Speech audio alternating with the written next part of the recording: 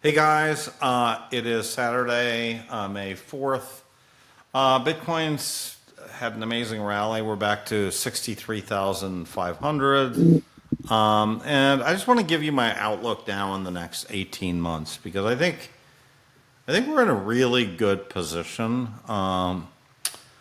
There could be some major drawbacks like we've had, but I do think that we have a lot of things that are very going to be, I think, going to make an epic 18 months here in Bitcoin. Um, so before I do that, I just want to show one little thing. I'm going to play back a little bit of Plan B's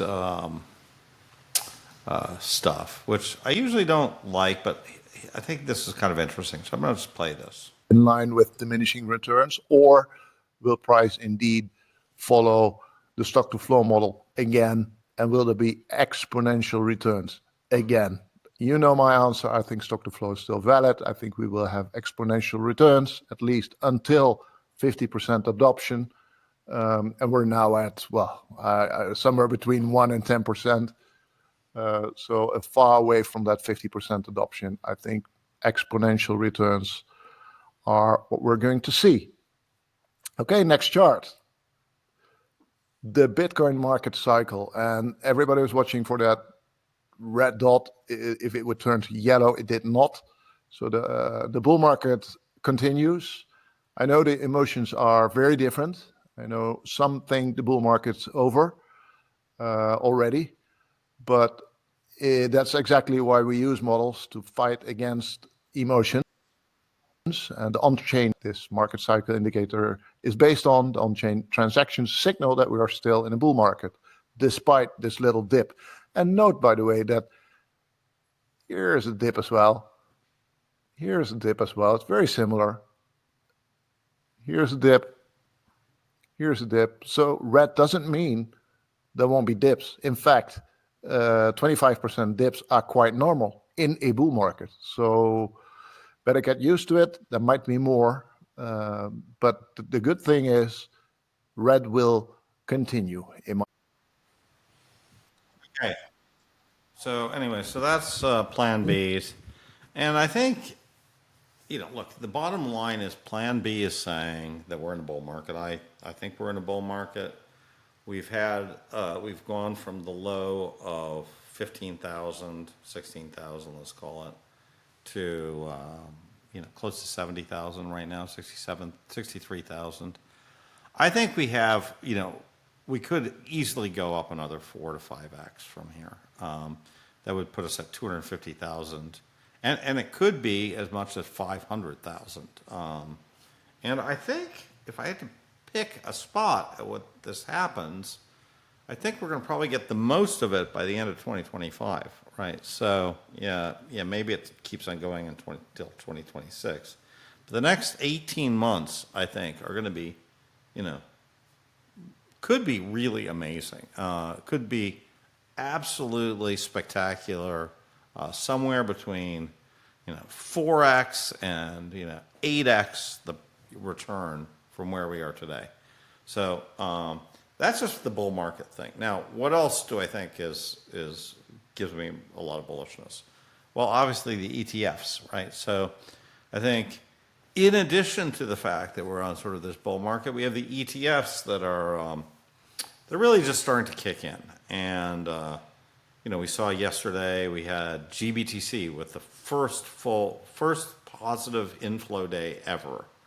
And I've sort of said I think the ETFs, once we get back and we're say back to 70,000, I think those flows are going to come right back because I think these people they may not participate when the market looks shaky, but when the market looks good, they're going to come back. And that's just like a turbo booster on top of the bullish sentiment that's just coming from the non-ETF part of the market. That's the second part. The third part, I would say, is, just from a pure fiscal irresponsibility, I think we have never looked more irresponsible than we are today. James Lavish has documented this really well.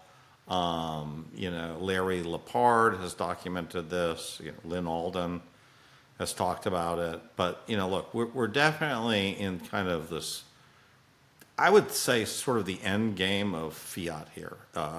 We're just printing like crazy. We got just absolute insane people like Stephanie Kelton who really think that we can just go print like whatever we want, we can just buy.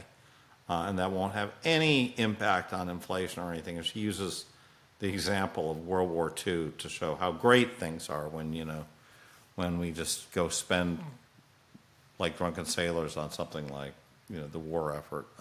And her new war effort is, the Green New Deal and climate change. So I just think that this kind of thinking is so wrong. It is so destructive to capital. So I think the fact that people just don't seem to even care at all about deficits is a reason why Bitcoin's going to do really, really well over the next 2 years. And then the last of all, I think we have an election. And I think at the end of the day, this election, whoever emerges from this election as the victor is going to go spend like crazy. If it's Trump, they're going to cut interest rates like crazy. But regardless, I think people are going to want to own Bitcoin. So I think we have a really great setup for the next 18 months. Very bullish. You got to be there in order to participate, though. If you get off this train even once, if you get spooked out of your position, you will not participate. So, I just would recommend just being fully invested and just having diamond hands. So that's my post for today, and I will please, if you like this content, hit the subscribe button because it really helps my algorithm on YouTube. Thank you very much. Catch you next episode.